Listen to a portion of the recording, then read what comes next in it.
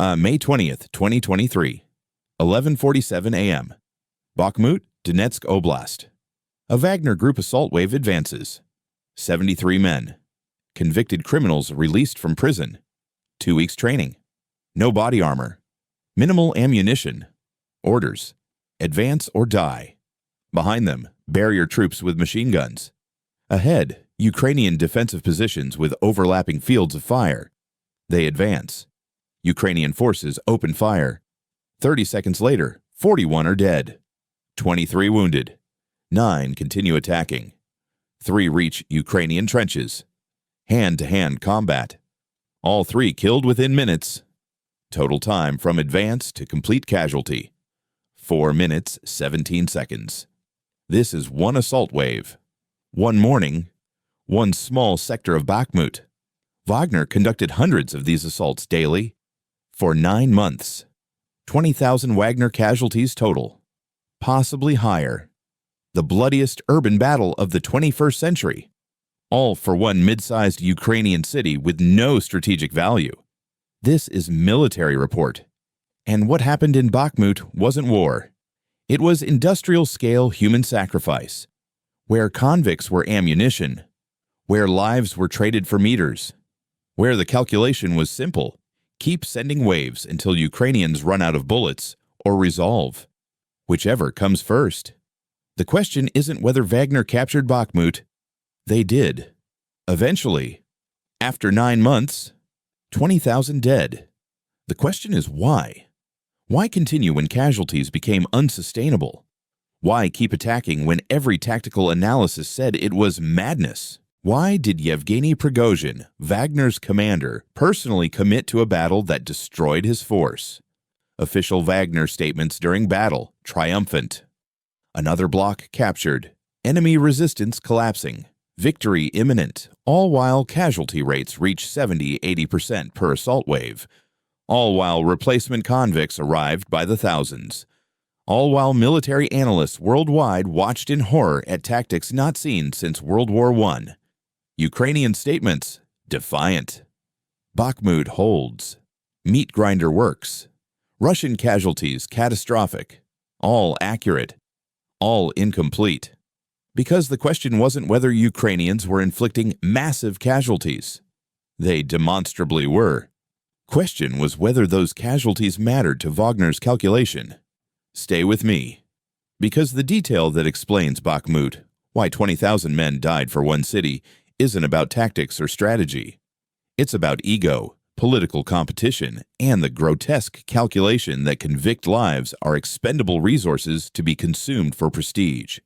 And that calculation reveals more about Russian military dysfunction than any battlefield analysis. Let's establish what Bakhmut actually is. Why it became focus of 9-month meat grinder. Bakhmut. Population pre-war, 73,000. Strategic value, minimal. Located on logistics routes, but not irreplaceable. Symbolic value, none initially. Industrial capacity, salt mines. Champagne production, nothing critical. Military significance, one of many fortified cities along front line. Defensible, but not uniquely so. So why did this city become deadliest battle of 21st century? Not because of strategic importance, because Wagner Group needed a victory. Any victory. And Bakhmut was target Prigozhin personally committed to. That commitment transformed minor battle into existential struggle. Wagner Group context: private military company. Founded by Prigozhin, oligarch. Putin associate, but also rival to Russian Ministry of Defense. Wagner operates independently, competes with regular Russian military for resources, missions, prestige. Bakhmut became proxy battle. Not Ukraine versus Russia. Wagner versus Russian Modi. Winner gets Putin's favor. Loser gets marginalized. This competition explains everything. Casualties don't matter when victory brings political power. Tactics don't matter when failure means losing Putin's patronage. Bakhmut became test of wills. Prigozhin versus Sergei Shoigu, defense minister. Both needed wins. Neither could afford to quit. So battle continued regardless of cost. May 20th. The assault. What 73 men experienced in 4 minutes. 10:30 a.m. Assault wave assembles. Convicts released from Russian prisons specifically for this. Recruitment pitch was simple. Fight for 6 months. Earn pardon. Reality is different. Most don't survive 6 weeks. But they didn't understand that when they volunteered. Or maybe they did. Better slim chance in combat than certain death in Russian prison system. These aren't soldiers. They're prisoners. Murderers. Thieves. Rapists. Some. Not all. Some are just unlucky. Wrong place, wrong charges. All desperate enough to accept Wagner's offer. All about to die. 11 a.m. Final briefing. Orders are simple. Advance to Ukrainian positions 400 meters away. Capture trenches. Hold position. Support follows. Maybe. The maybe isn't stated. Everyone knows it's maybe. Veterans know support rarely comes. New recruits haven't learned yet. Will learn soon. If they survive. 11:30 a.m. Assault begins. 73 men leave positions. Open ground. No cover. Ukrainian forces have observed this position for weeks. No attack is coming. Pre-registered artillery coordinates. Machine gun position sighted. Kill zone is prepared. Just waiting for targets to enter. 11:40 a.m. Assault wave enters kill zone. 200 meters from Ukrainian positions. Ukrainian forces open fire. Machine guns. Rifles. Grenades. Standard defensive fire. Nothing exotic. Just competent soldiers executing practiced defensive procedures against exposed attackers. The convicts try to run. Some freeze. Some turn back. Barrier troops behind them open fire. Machine gun bursts. Warning shots first. Then aimed fire. Message is clear. Advance toward Ukrainians or die from barrier troops. Only forward movement is permitted. Retreat is death. 11:41 a.m. 30 seconds of fire. 41 convicts dead. 23 wounded. Some still mobile, dragging themselves forward because stopping means bleeding out in open. Some immobile, screaming, ignored. No medical support during assault. If you can't move, you wait until assault ends. Probably bleed out first. 11:42 a.m. 9 men still advancing. These are either incredibly brave, incredibly stupid, or so terrified of barrier troops that Ukrainian fire seems preferable. Probably all three. They reach Ukrainian positions. Jump into trenches. Hand-to-hand fighting. Knives. Rifle butts. Brutal. Quick. 3 Wagner fighters against dozens of Ukrainian defenders. Outcome predictable. 11:44 a.m. Last Wagner fighter killed. All 73 men casualties. Dead or wounded. Mission failed. Ukrainian positions intact. Another assault wave will come in hours. Same result expected. This is Bakhmut. This is how every day went for 9 months. Wagner response. Call it successful reconnaissance. Claim intelligence gained about Ukrainian defenses. Order next assault wave. Repeat process. Tomorrow, every day. Until either Ukrainians retreat or Wagner runs out of convicts. Whichever comes first. Ukrainian response. Collect Wagner dead for identification.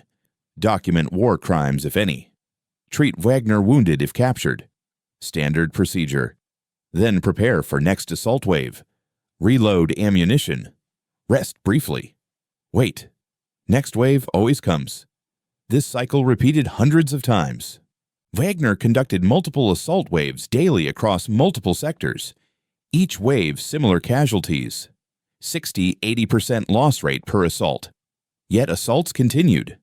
Because Wagner had unlimited supply of convicts and limited time to prove value before Russian MOD claimed victory elsewhere. Now the strategic analysis. Why did this insanity continue? Prigozhin's perspective. Bakhmut must be won. Not because city matters. Because Wagner's political position depends on victory. Russian MOD controls most Russian military operations. Wagner is outsider, needs spectacular success to maintain Putin's favor and future contracts. Bakhmut became that success. Cost is irrelevant. Victory is everything. Convict perspective, better chance in combat than in prison. Maybe. Russian prisons are brutal. Life expectancy isn't great. Wagner's recruitment pitch offers hope. Serve 6 months, earn pardon, go home. Slim chance is better than no chance. That calculation fills assault waves with desperate men willing to charge machine guns. Russian MOD perspective, let Wagner bleed. Consumes Ukrainian ammunition. Ties down Ukrainian forces. If Wagner wins, Russian military benefits from captured city. If Wagner fails, political rival is weakened. Either outcome acceptable. So, no interference. Let meat grinder run until one side breaks. Ukrainian perspective, hold Bakhmut as long as casualty exchange ratio favors Ukraine. If Wagner loses 100 men for every 10 Ukrainian, Bakhmut becomes killing ground where Russian manpower bleeds. Eventually, Wagner must stop. Either run out of convicts or someone in Moscow questions the casualties. All 4 perspectives create feedback loop. Each side has reason to continue. Each side believes they're winning. Each side accepts casualties as necessary. So battle grinds on. 9 months. 20,000 Wagner dead. Unknown Ukrainian casualties, but far lower. City destroyed. For what? May 21st, 2023. Wagner finally captures Bakhmut. 9 months after first assault. City is rubble. Population evacuated. Infrastructure destroyed. Strategic value, 0. Cost, 20,000 Wagner casualties minimum. Possibly 30,000. Estimates vary. All catastrophically high. Prigozhin claims victory. Poses with Wagner fighters amid ruins. Declares Bakhmut captured. Criticizes Russian MOD for not supporting Wagner. Demands recognition. Get some, but not enough. 2 months later, Prigozhin leads mutiny against Russian MOD. Fails. Dies in suspicious plane crash. Wagner is absorbed into Russian military. The victory became meaningless. Ukrainian perspective. Tactical withdrawal after accomplishing strategic goal. Bled Wagner to breaking point. Forced Russians to commit massive resources for minimal gain. Bakhmut held long enough to matter. Withdrawal was planned. Not defeat, but loss nonetheless. Military analysis. Catastrophic for Wagner. Victory in name only. Force destroyed. 20,000 casualties for one ruined city. Unsustainable. Pyrrhic doesn't begin to describe it. This is beyond Pyrrhic. This is organizational suicide in pursuit of prestige. And it achieved nothing strategic. 3 questions from the beginning. Time to answer them. Why did they keep attacking when casualties were unsustainable? Because Prigozhin needed victory more than he needed soldiers. Political survival demanded Bakhmut be won. Convict casualties were acceptable price for political position. Cold. Brutal. But rational within Prigozhin's calculus. Not military logic. Political logic. Victory buys power. Power is survival. Everything else is expendable. Was it pride, orders, or insanity? All 3. Prigozhin's pride wouldn't accept defeat. His political position demanded victory regardless of cost, but also insanity. Sane commander withdraws after losing 5,000 men for no gain. Prigozhin lost 20,000 and kept attacking. That's not just determination. That's pathology. Ego-driven decision-making that destroyed his own force. Pride led to orders that reflected insanity. What does Bakhmut reveal about Russian military? Complete dysfunction. Wagner and MOD competing instead of cooperating. Convicts used as cannon fodder. No regard for casualties.